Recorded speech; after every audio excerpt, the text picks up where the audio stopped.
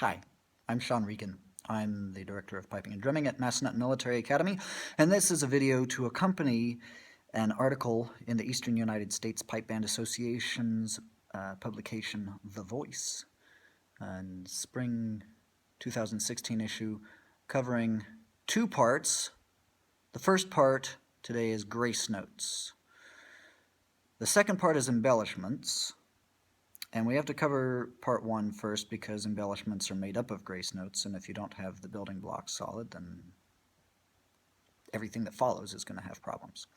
So there's a problem, and I think I figured out where some of this problem is coming from. The problem is the cleanliness and the timing of Gracenotes is a problem at all levels of playing. So whether you're an adult that's been playing for 20 or 30 or 40 years, I hear this coming up in some people's playing in the professional grade level as well as street piping levels, and it happens with younger players as well. It's sort of a universal issue, and the problem is, as I say, the timing of the Gracenotes is not always clean, and I think the reason for this is the wording being used by several different methods of instruction for a change of note with a Gracenote is something along the lines of as follows. You start on a melody note, lift the Gracenote finger, and then as the Gracenote finger is descending, lift your destination note. So for example, from low G to low A, you would lift your G Gracenote with the G Gracenote finger, right? And then as that finger is descending, lift your pinky. The problem here is people are learning this embellishment at one speed, and then they've got to pick up the speed until it finally matches. And most people, it's not an issue at first, at least, because they make that jump. They get the idea, and then, and it blurs, so you can't tell that there's any sort of weird synchrony going on between the fingers involved here. It becomes more of an issue when more than just two fingers are involved. What I would like to suggest is a slightly different way of thinking about the change of notes. Instead of thinking, lift the Gracenote finger, and then land on the destination note, which is what you might think if you're reading left to right across the page, right? Say you've got a low G, and you've got a G Gracenote to low A, then you'd read low G, G Gracenote, low A. That's not how you should think about it, though.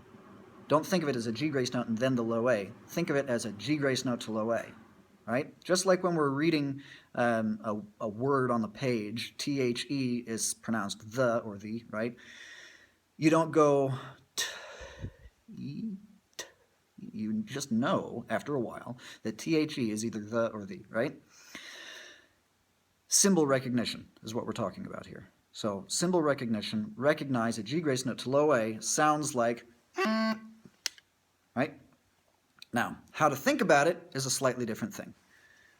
Low G to low A, lift your Gracenote and destination note fingers at the same time. Then land your Gracenote finger. It's the exact opposite when descending.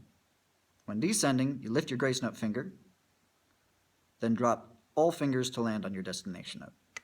So ascending, you think of it one way. Descending, you think of it another way. Doesn't matter if you're going stepwise, skipwise, or through leaps and everything. You lift your destination note and Gracenote fingers at the same time to ascend. And lift your Gracenote finger first, then drop everything back down to your destination note. What this does is it makes the relationship between the Gracenote and the melody notes, the fingers, that is, that are making all of these things happen, it gives their relationship a clear, definite, defined synchrony. You don't have any sort of question about, okay, well, at what point in the process of the G finger raising do we then start to lift the pinky to sound low A? The reason that's important is because Gracenotes, just like any other skill, when you're learning a skill, the muscles involved want to do that skill faster. So G Gracenotes get a lot of exercise, people develop their ability to play G Gracenote better than their ability to play a D Gracenote, unless they put some sort of an intentional effort into really working that Gracenote. Likewise, the E Gracenote, right? So you've got to take an intentional approach then to practicing G Gracenotes, D Gracenotes, all the Gracenotes, really, ultimately, it comes down to. So the exercise that I would suggest, first off, try it a couple of times, breaking down just a normal G Gracenote scale on your own. Play the G Gracenote scale at a normal speed for you, and then play it super slow and see if you can identify what method you're using. See if in slowing it down, you can identify either you're picking up your G Gracenote or your Gracenote finger first and then making the change, or that's ascending, right? Or are you picking up the Gracenote and your destination note at the same time? A tremendous tool that I've found to be of great use, I should say, is this thing right here. I'm recording on an iPhone 6, and they have the option to record in a slow-mo setting, just under the normal camera application. You can click slow-mo and record whatever it is that you want to record. So you can check out the timing of the fingers at full speed, but actually see what's happening.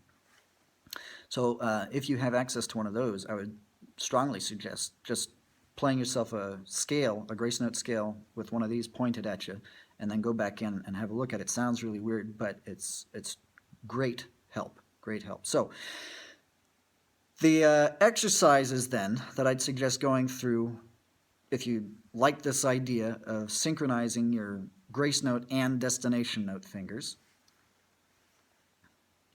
start on low G, play up to and back from every note in the scale.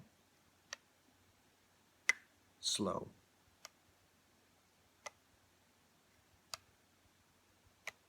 And there are detailed instructions for doing this in the voice.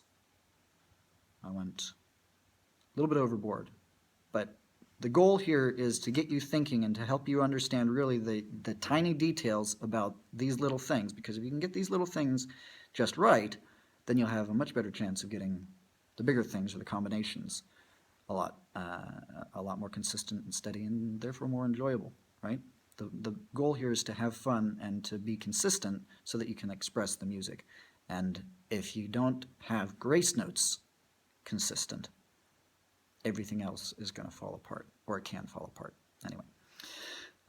So that's the first thing, the low G and everything up. Then the same idea is from low A. That gets your bottom hand really a bit more involved, and your top hand and everything. Then the opposite exercise starts on F, and this one's really kind of important. Play your Gracenote, remember, and then land on the next note down. Then lift your destination note and Gracenote at the same time, and then land your Gracenote. Okay? A lot of folks will have a tendency to go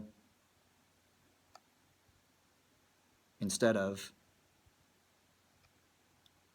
and that makes a big difference later on. Seems like a little thing, but it's huge. Huge, as one guy would like to say. Anyway, so do that. Get repetition, and as I say, there are many words describing this process. I also recommend using a metronome to practice it.